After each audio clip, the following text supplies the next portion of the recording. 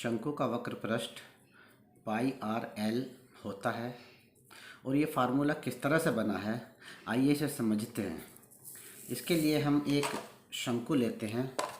ये हमने एक शंकु बनाया पेपर का, और इसे हम देखते हैं कि ये नीचे से इसका जो बेस है, जो आधार है, वो वृत्ताकार होता है और उस वृत्त से चारों तरफ से ऊपर कम होते होते पूरी साइडें एक बिंदु पर आकर मिल जाती हैं।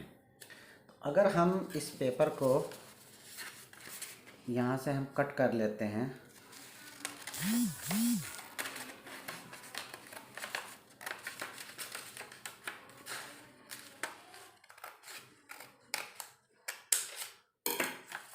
तो हमें ये इस तरह की आकृति हमें दिखाई देती है। ये एक वृत्त के अंदर से काटा हुआ एक त्रिज्या खंड है। इसके अंदर दो त्रिज्याएं हैं और एक इसके अंदर ये चाप है, और ये बीच से जो घिरा हुआ क्षेत्र है वो ही इस शंकु का वक्र पृष्ठ है। हमें ये समझना है कि ये वक्र पृष्ठ, ये क्षेत्रफल, ये पाई आर एल के बराबर कैसे है। यहाँ हम इसको इस तरह से पहले ये समझेंगे, जो ये हमारी जहाँ से हमने इसे काटा है वो हमारे शंकु की तिरछी ऊंचाई थी। इस तरह से जब हमने ये शंकु बनाया था तो ये तिरछी ऊंचाई थी, जिसे हम एल से प्रदर्शित करते हैं। और जो हम नीचे की गोलाई थी वो एक वृत्त के बराबर थी, एक वृत्त के रूप में थी, वृत्त की परिधि के बराबर थी, और वृत्त की परिधि को 2 पाई आर कहा जाता है। अब ये 2 पाई आर है और ये एल है। अब इससे हम ये पाई आर एल किस तरह से लाएंगे, इसको लाने के लिए हम इस त्रिज्या खंड को हम निरंतर 8 भागों में बांटेंगे। इस तरह से हम इसे फोल्ड करेंगे। हमने अभी 2 फोल्ड किए हैं, 4 पीस हो गए हैं। एक बार और फोल्ड करेंगे तो ये 8 पीस हो जाएंगे। और जब हम उसे एक बार इसके बाद और फोल्ड करेंगे तो ये 16 पीस हो जाएंगे। इसको हम इधर की तरफ फोल्ड कर लेंगे और दूसरे पीस को हम दूसरी ओर फोल्ड करेंगे, ताकि ये बहुत ही अच्छे से फोल्ड हो जाए।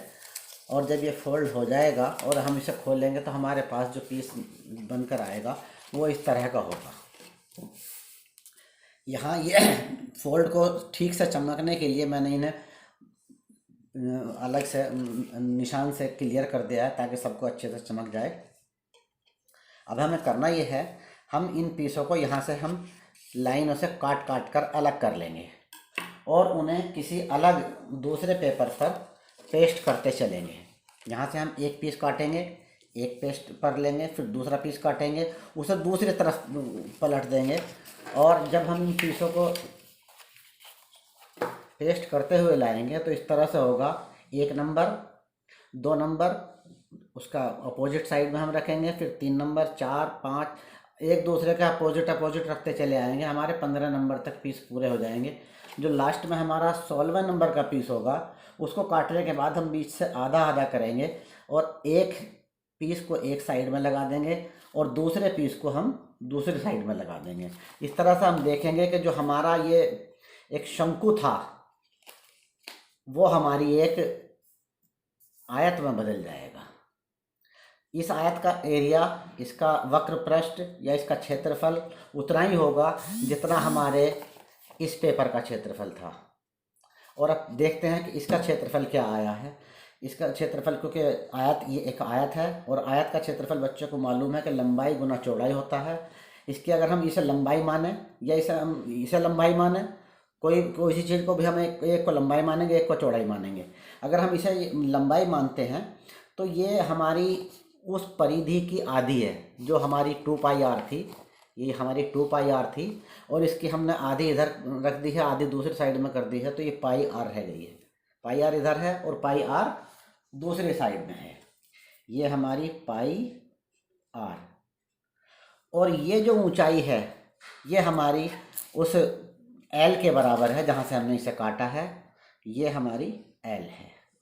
तो जब हम लंबाई को चौड़ाई से हम गुणा करेंगे तो इसका एरिया आएगा हमारा पाई आर एल। और जब ये पाई आर एल आया है, ये हमारे इस आयत का क्षेत्रफल आया है, और ये आयत हमारे इस शंकु से बना था। जब इसका एरिया पाई आर एल है तो हमारे उस शंकु का वक्र पृष्ठ भी पाई आर एल होगा। इस तरह से हम बच्चों को बहुत आसानी से समझा सकते हैं कि शंकु का वक्र पृष्ठ पाई आर एल होता है।